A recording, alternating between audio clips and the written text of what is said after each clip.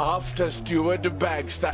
Steve Parker, now officially the longest-serving coach with the club in the PSL. Dolly's bowling, very dangerous one, whipped in the difficult one, and has come off a Chiefs player's head. I don't know if it was Ngobo indeed.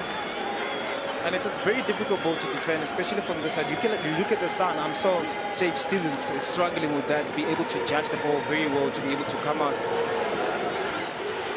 Let's see if they win. Now, this is a great chance here. First time he's opened the scoring, and it's gone through the keeper. Brandon Peterson with their first open sight on goal. It's Stellenbosch. They take the lead. What a run it was there as well. Stephen Royan it was. The flag in Peter offside trap kept his cool and drilled it through the keeper. I think the keeper will be very disappointed with his efforts there. And Dino van Rooyen opens the scoring. It could be said against the run of play. Won't want to see that one too often. Peterson, it goes straight through him. And listen, Dino van Rooyen won't care. He's got his second of the season. Last time they met, of course, it was an Ashley Dupree goal in the 38th minute that won it. So again in that game, they scored in the first half. As Musiamedi could be in here. Oh, how big a miss could that prove to be? How big a miss could that prove to be? 2-0 changes the complexion of the game. Judas Musiamedi combining with Ashley Dupree, that close. Judas again combining in that and being allowed as well to be able to have that touch. But you look at the build-up here from Stellies, knowing exactly what they're doing. Julius Musiamedi drifting on the side of the ball, but that pass from him, I think that should have been resulted into a goal. But that's a problem now for Kaizer Chiefs. That three-man defense, one is to make sure that Judas doesn't turn, Judas doesn't get the ball freely, so that you don't have to worry about the defense piece. There's the Kaizer Chiefs director of football, along with the technical director, Finzeki, and Kaizer Mudam Jr. there in conversation.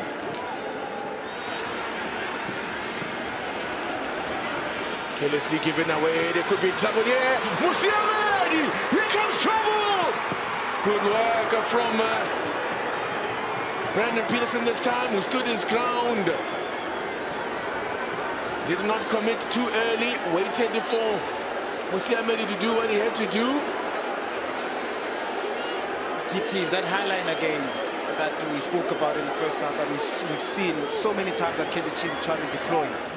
Julius Musiamedi with a real opportunity to get onto this goal sheet against Chiefs again for what would have been his 6th goal against Chiefs. But able to break down this resolute Stellies defense. Sohota, cross in! Looking to get onto the end of it. There was Zuma, was it? It was Dumsani Zuma. Good mobility from Kaizer Chiefs. Sohota, ever since he came on, is bringing life to Kaizer Chiefs attack. Even though this ball was, the referee decided to be a goal kick, but that's what you need. You need players like Sohota to be taking people on. We get to see Zuma as well being involved in the game since he came on, be able also to take people on, and then with his creativity in that midfield as well. Oh, never for Kaizer Chiefs. There's space to work with there for Zuma. Gets the cross in. Sohota can't bring it down. No way through here. Chance to fire one in, and a straight at Sage Stevens. That is not a match-winning save, although it was straight at the keeper.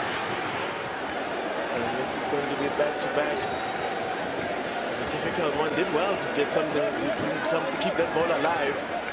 And then the shot from Ngobo, who can bend the ball.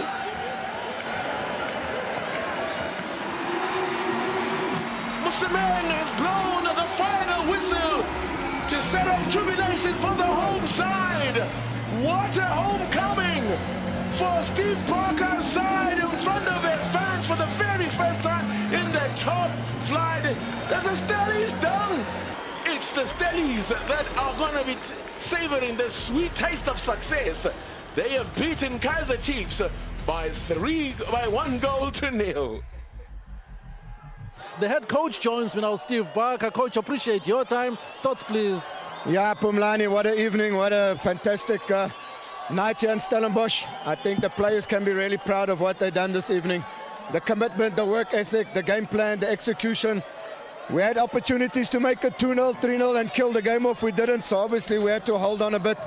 But yeah, really proud to be able to beat a team like Chiefs at home in front of the supporters. I said before the game, this was a house, it's now a home.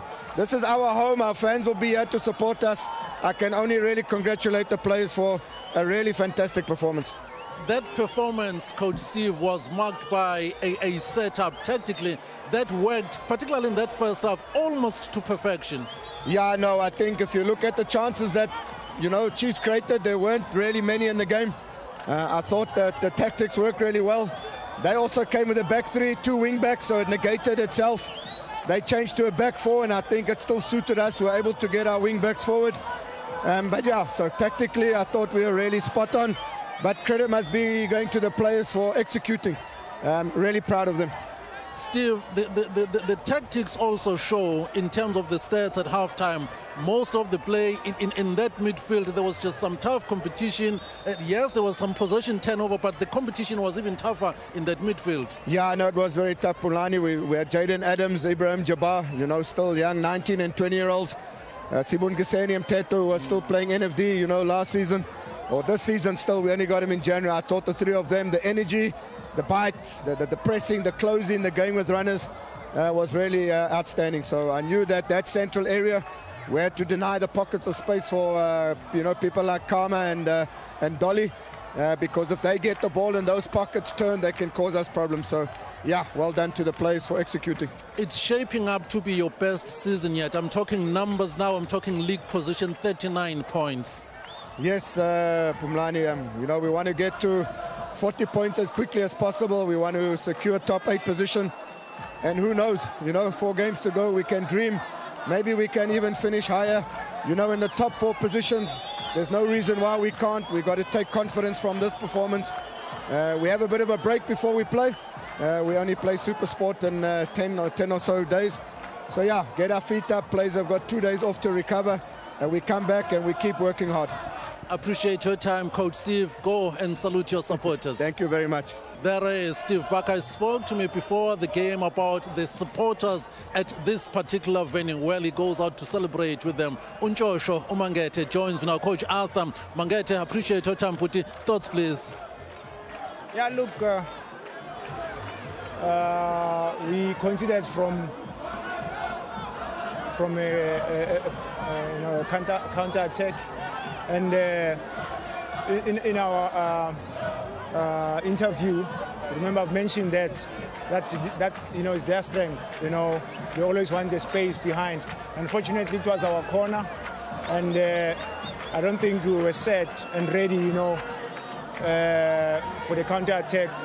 But we tried, to remind the guys even before the corner was played, because we could see that something that should they clear the ball into the right areas, then they can use their, their explosive, speed, because they've got very good players going forward.